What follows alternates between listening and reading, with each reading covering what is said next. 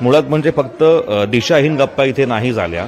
योग्य ते मुद्दे मांडले गेले आणि योग्य मुद्द्यांवर बोलण्यासाठी योग्य लोकांना तिथे बोलवलं गेलं, प्रॉपर वेळ दिला गेला आणि ज्या पद्धतीने मला असं वाटतं की लोकशाहीच्या माध्यमातून कुंभमेळा खऱ्या अर्थाने सुरू झालेला आहे.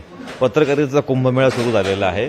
कारण जे सेक्टर्स निवडलेले होते, त्या जे तज्ज्ञ लोक बोलवलेले होते, त्यांच्या मंथनातून खूप चांगल्या काही गोष्टी निघालेल्या आहेत आणि सगळ्यात दुर्लक्षित असा उत्तर महाराष्ट्र प्रकाश त्यामुळे आला गेलेला आहे. आणि काय घडलं पाहिजे कुंभमेळ्याच्या अनुषंगाने, इकडे एवढी सगळी इन्व्हेस्टमेंट येणार आहे, पैसा येणार आहे, जगाची नजर इथे असणार आहे, तेव्हा काय नेमकं घडलं पाहिजे, तो कशा अर्थाने विकसित झाला पाहिजे, यासाठी खरोखर या प्लॅटफॉर्मवरती उत्तम मुद्दे मांडले गेले, व्हिजन दिलं गेलं आणि मला असं वाटतं की ते योग्य लोकांच्यापर्यंत 100% लोकशाही पोहोचवणारच खऱ्या अर्थाने ही लोकशाही आहे.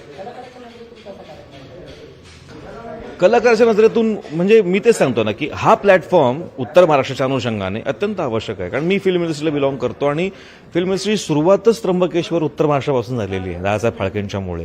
त्यामुळे त्यांच्या पार्श्वभूमीवर, त्यांच्या या भूमीवरती कलाकारांच्या माध्यमातून सांस्कृतिकदृष्ट्या कलाकाराच्या दृष्टीने लोक उत्तर महाराष्ट्र कसं डेव्हलप झालं पाहिजे याचे खूप चांगले मुद्दे इथे विचारात घेतले गेले.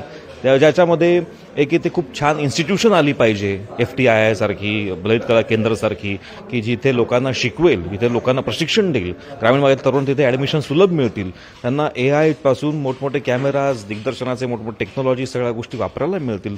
ह्या सगळ्या गोष्टी जर इथे घडल्या तर त्या अनुषंगाने चित्रपटसृष्टी इथे विकसित होईल. त्यामुळे जे फक्त राजा हरिश्चंद्र सिनेमा झाल्यानंतर नाशिकमध्ये तशा अर्थाने त्या लेवलचे सिनेमे इथे निर्माण होण्यासाठी फार आवश्यक होतं.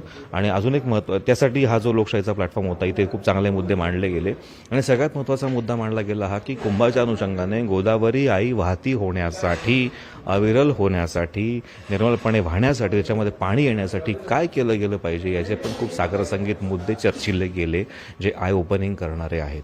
कारण कुंभाच्या पार्श्वभूमीवर फक्त आपण बांधकामाची भाषा करतोय, हा रिंग रोड बांधू, हे इन्फ्रास्ट्रक्चर उभं करू, पण मुळात तिचं जे पाणी ते गोदावरीमध्ये व्हायला पाहिजे ते कसं व्हायला गेलं पाहिजे हे माझ्या मते सुरुवातीला लोकशाहीच्या या प्लॅटफॉर्मवरच मांडलं गेलं.